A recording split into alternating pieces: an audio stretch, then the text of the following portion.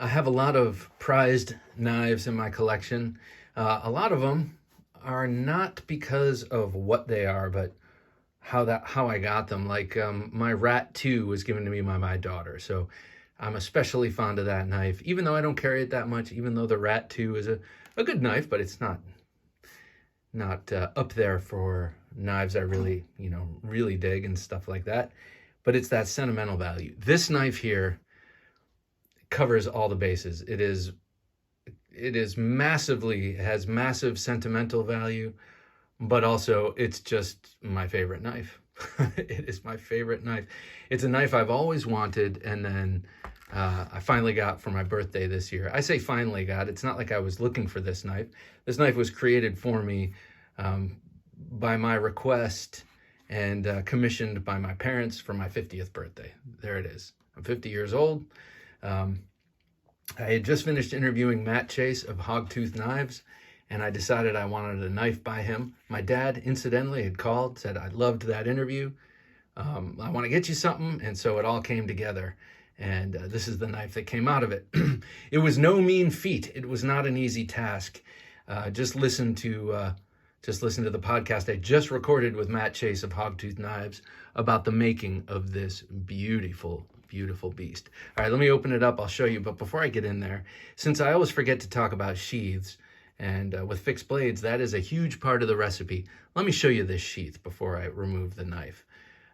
Just an absolutely gorgeous leather sheath made also by Matt Chase, expertly made, and just beautiful in and of itself. It's got this corset up front, which is kind of sassy, if you ask me. I mean, it's evocative of a corset. I like that.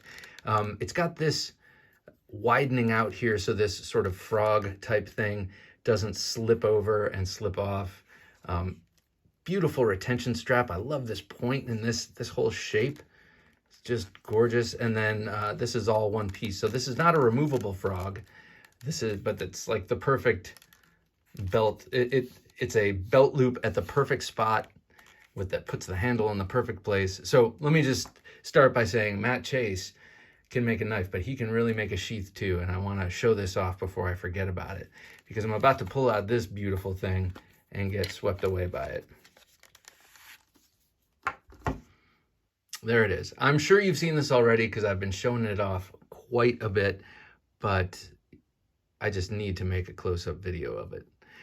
So let me give you the quick and dirty. This is a Loveless design. Bob Loveless, I think he may have been one of the founding members of the, the Bladesmith Society? Oh, geez. Bob Loveless, legend in the knife-making world. Whoops, sorry about the light there. Legend in the knife-making world, no longer among us, but the guy who created a number of different fixed blade patterns that have become standard. Kind of like in the slip joint world, you have trappers, you have Barlows, you have all sorts of different kinds of knives, swaybacks. They're patterns, and different people have their take on the pattern. Kind of like the Great American Songbook. You know, you have Billie Holiday and Frank Sinatra singing the same songs years apart with their own spin on it. Well, that's Bob Loveless. He came up with the shoot knife. He came up with the Loveless drop point hunter. He came up with this, which is my favorite knife design of all time, and that is the Sub-Hilt Fighter. Sub-Hilt Fighter. 4 minutes in and I'm only introducing it. It's a Sub-Hilt Fighter. This is the Sub-Hilt. Here's the hilt. Here's the Sub-Hilt.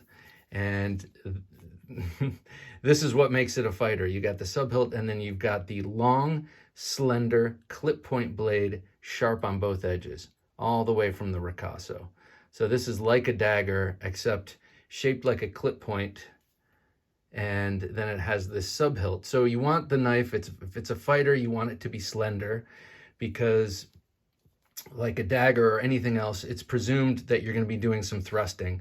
The coup de grace will be a thrust. You might be doing some harassment cuts with slashes and such, but the coup de grace will be a thrust, and you want to be able to pull your knife from whoever you are thrusting it into, whomever you are thrusting it into.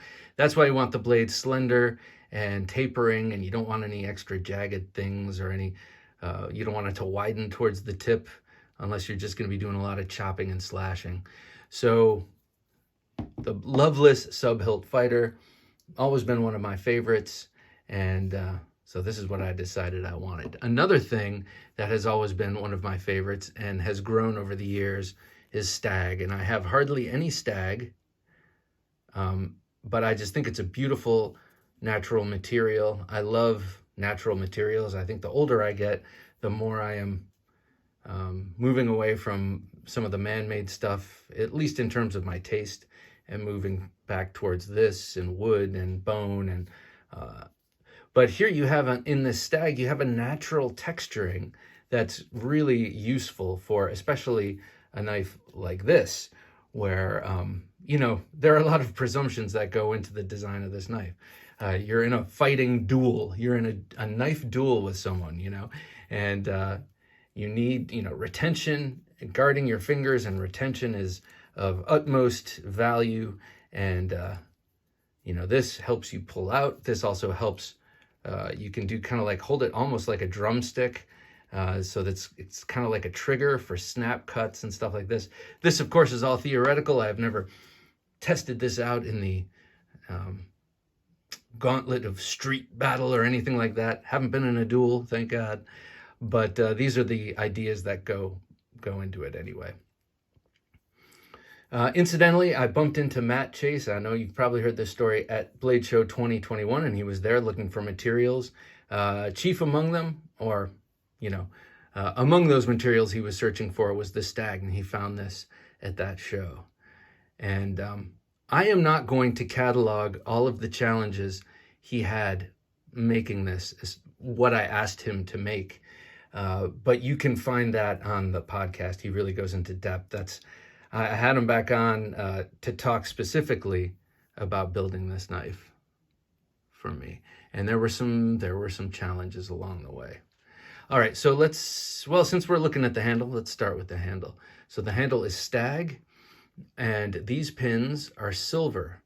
And he got these from a gentleman in Boston who is a jeweler and who makes, I guess he makes the largest amount of stainless Damascus for the jewelry industry. And these pins are made out of silver because silver is a little bit softer, and peening over stainless steel rods on this Stag would be catastrophic or traumatic to the Stag itself. So he needed a softer but still substantial mechanical connection so he could peen these over without smashing up the Stag, basically. So he sought out this gentleman, had some silver rod for him, and so that's what this is. So you've got this nice Stag, you've got this silver, and then why is it around the periphery? Well, he had to build a frame. So this is a stick tang knife, and he had to build a frame to copy the contours of the handle, and then leave a slot fitted to accept the tang of the blade. And he had to do that because of the nature of Stag. So, you know, it's kind of a tall order to get Stag, the same piece of Stag that would be long enough to, and thick enough to accommodate this whole handle. So he had to make this frame. So there's a frame under here, and you can see the periphery of it right here. And you can see where it joins that sub-hilt there. And then it's epoxied and pinned, and then there are pins that also come this way and are epoxied. So this thing is really, well, okay, so it's fit up till here, and then you have bakelite, a bakelite layer here, and then another bakelite layer here. You can see the pins. And then the sub-hilt and the hilt, which are beautifully sculpted in their own right.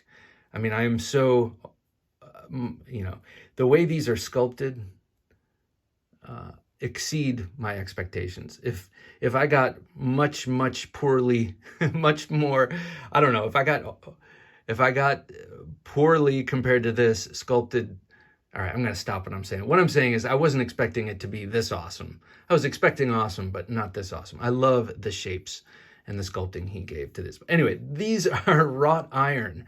This is wrought iron from a bridge in Boston called the Longfellow Bridge.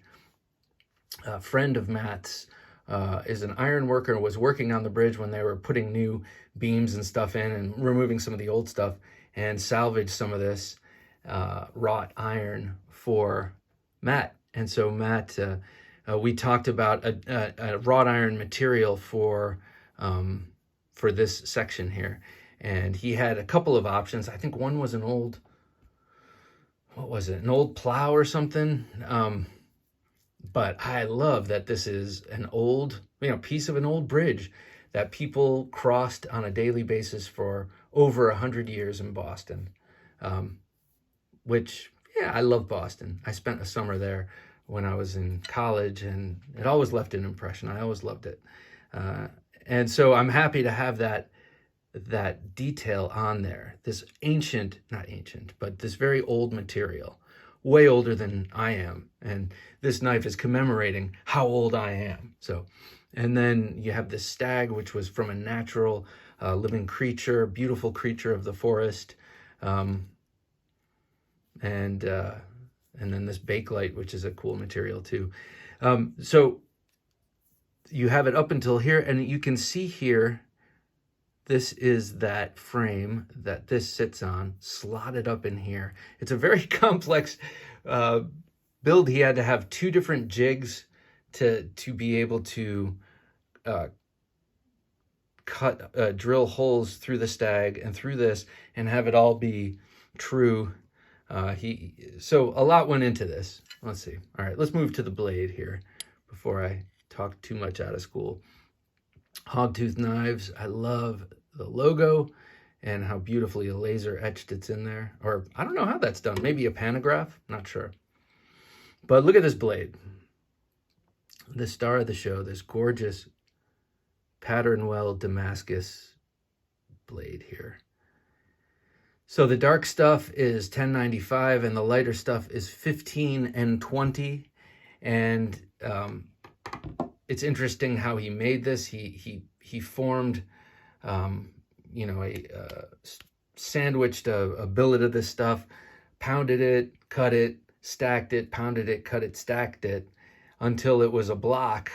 And in cross section, it was a diamond. And then he cut it like this, and then laid it out on some sacrificial mild steel, compressed it this way, and compressed it. Oh, and cut it at a 45-degree angle, so they were nestled like this, and then welded it all together. Heated it up, welded it together, pounded it together, ground off that sacrificial mild steel, and then had this beautifully patterned blade. So he pounded it out, got it to shape. He actually, this whole shape is forged. It's not ground. Not that that's a terrible thing, but I just think it's cool. He pounded out the tip. He did all, he forged this and then ground it. This is a nice hollow grind. So you can see here, it's hollow ground. There, that's a good shot of the plunge grinds there. Got it real super sharp. And so this is a different angle headed up to the edge than it is here, naturally, because it's a smaller surface. And there you go, man. Beautifully, beautifully stout and just incredibly designed and executed Sub-Hilt folder. All right, so I've already been talking 14 and a half minutes about this. So let me do a couple of knife size comparisons so you can see what it's like with some other fixed blades. And that is it. Looks like it's dark down here. All right, so I greatly patterned the dimensions after this. This is the Cold Steel OSS. This is also a hollow ground, double-edged Sub-Hilt, what do you call it? Loveless style fighter. There it is. I took all the measurements and then sent him a drawing, and he beautifully reproduced it. So that's the OSS. Here it is. Here's the other cold steel I'll show it with. The big and beautiful Laredo Bowie, which showing a little, I got to flitz this or do something with it. It's got a nice patina on it, but it's also starting to look like I've neglected it for a while. Great knife. Love this knife. So same size as the OSS, exactly. A little bit smaller than the Laredo Bowie. Let's see. Here it is with a K-bar. Still one of my favorite knives of all time. This is a retread of the World War II design that was kind of came out in, I think, 1991 to commemorate something. I don't know. But it's the old Marine Corps design with the sharpened swedge, and great knife. Let's see. We'll put it in with another double-edged beauty. The 727, the model number 2-7, that means 7-inch blade. Model number 2 from Randall Made Knives, their combat stiletto. Here it is with another classic. Well, this is the number 16, which looks kind of like the 14 handle with the number 1 blade, but also like all Randall's, double-edged. Even their hunting knives, they sharpen the swedge, which I think is cool, you know. One more. Let me show it with this big beauty.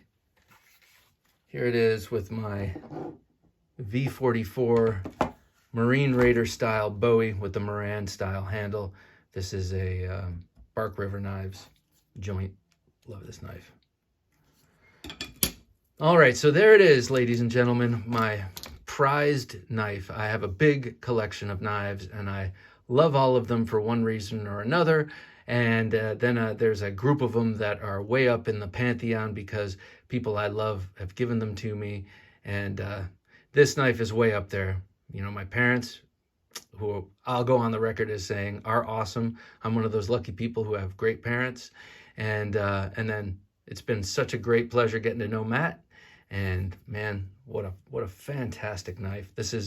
I can move on from this design and start getting my prized Bowie, my prized Sachs, my prized Tanto, because I have my prized Sub-Hilt Loveless style fighter. Thanks for watching.